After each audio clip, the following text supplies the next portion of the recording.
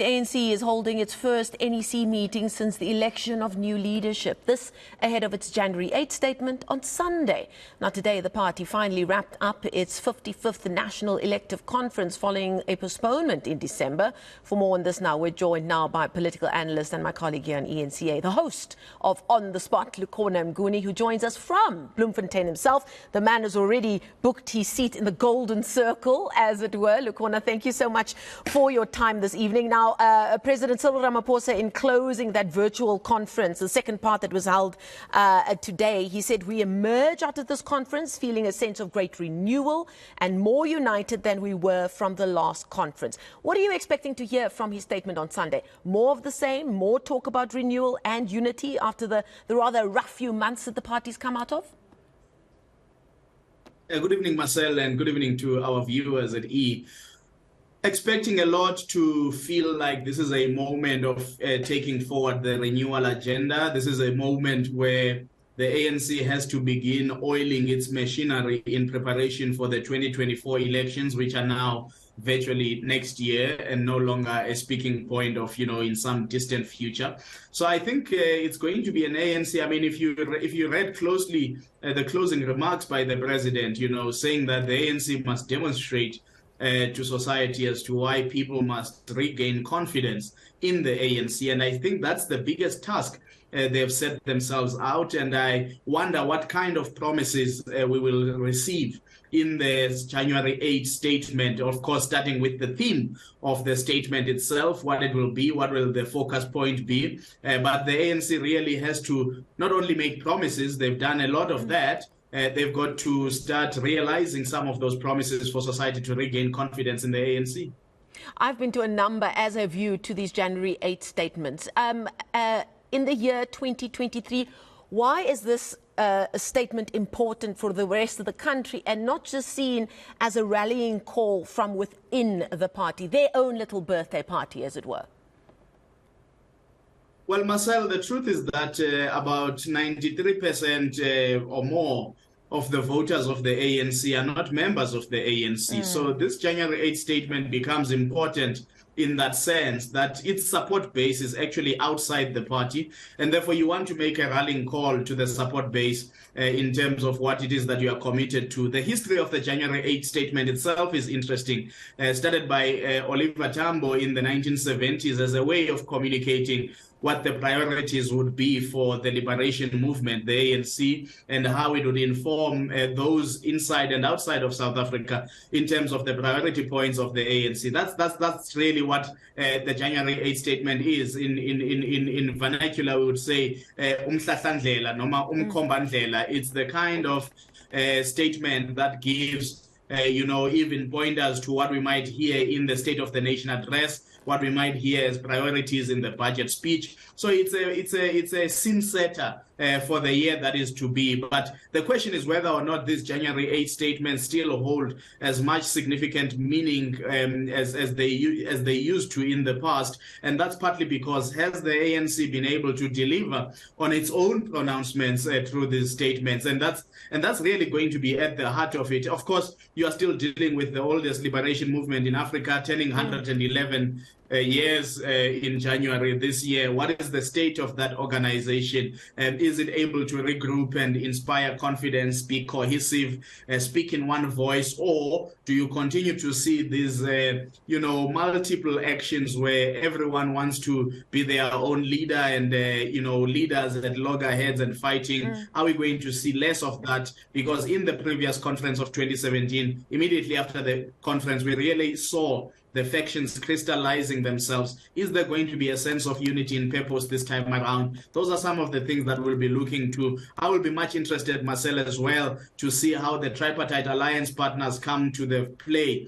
in this particular January 8. We know that the SACP is thinking of going it alone. COSATU was very lukewarm towards the conference of 2022 December this time around in terms of not supporting anyone. So is the tripartite alliance still holding, or is this an ANC that's becoming even much more isolated from its own partners? Well, speaking of that alliance, lots of talk over the last couple of days or so about a potential cabinet reshuffle.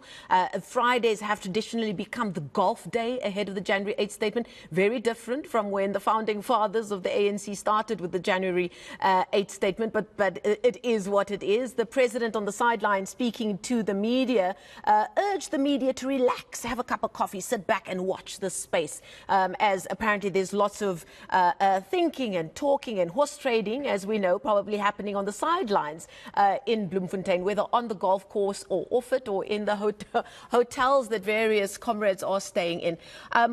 What is the feeling that you're getting on the ground there about potential changes at cabinet reshuffle? Because we do know usually or sometimes there are changes because of a change in leadership in the ANC, but we also know a number of the ministers are no longer in the NEC, and a couple of other places need to be replaced as well. What are you hearing?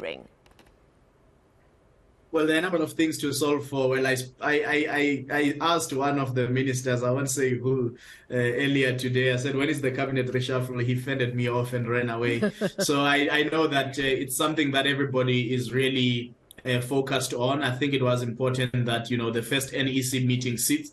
And I think the president will also get a sense, in terms of reading the room, what type of an NEC does he have, this big, this highest decision-making structure in between conference. We've got a situation where now the deputy president of the ANC is not the deputy president of the country. And I say this is the first time I think we are confronted with a situation wherein, you might need to actually reshuffle just the deputy president and leave the president. Remember, we've been used to presidents being recalled by the NEC because they are no longer presidents of the ANC.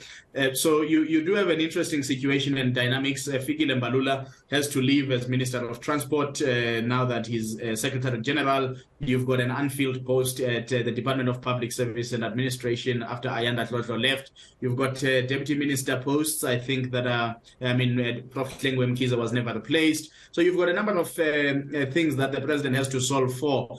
And it's not just about people not coming back to the NEC. It's not guaranteed that you should be a minister by virtue of being an NEC member. In actual fact, Marcel, you will know that ahead of this conference, the 55th conference, there has been a big talk about how much of the percentage of the NEC should be deployed as members of parliament, members of provincial legislatures, premiers and ministers, because the feeling is that then the NEC becomes self-serving a structure. You can't hold deployees accountable because the deployees actually make up the National Executive Committee. So it will be an interesting time for the president to see whether or not he'll be swayed by, by virtue of some people featuring highly. You take a Sihle Zikalala, for example, features quite highly in that National Executive Committee. Will he be uprooted from being an MEC for Kokta in KwaZulu-Natal and be taken nationally? There are other people, Marcel, that the president might have a headache around. What happens to a David Makura, who's no longer Premier of Gauteng, Paksta, who was brought back to Gauteng from being Deputy Minister of Kokta, and now he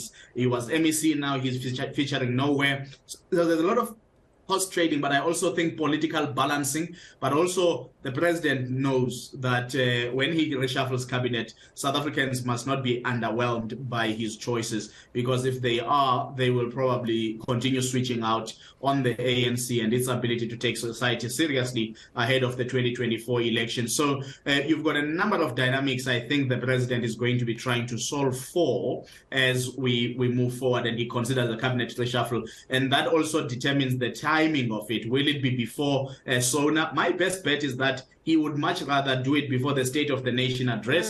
Seems as if Fikile Mbalula says it must be before end of January, but I've been speaking to some people. Some people are saying the president must take his time and maybe even consider a cabinet reshuffle in June. But the longer he waits, the more South Africans, some South Africans, get justified to say maybe we don't need all of these positions in government, because if government can function without these vacancies being filled, then do you need all of them? That's a very, very, very interesting point that you leave us on there. Thank you so much, political analyst Lukhona Mnguni.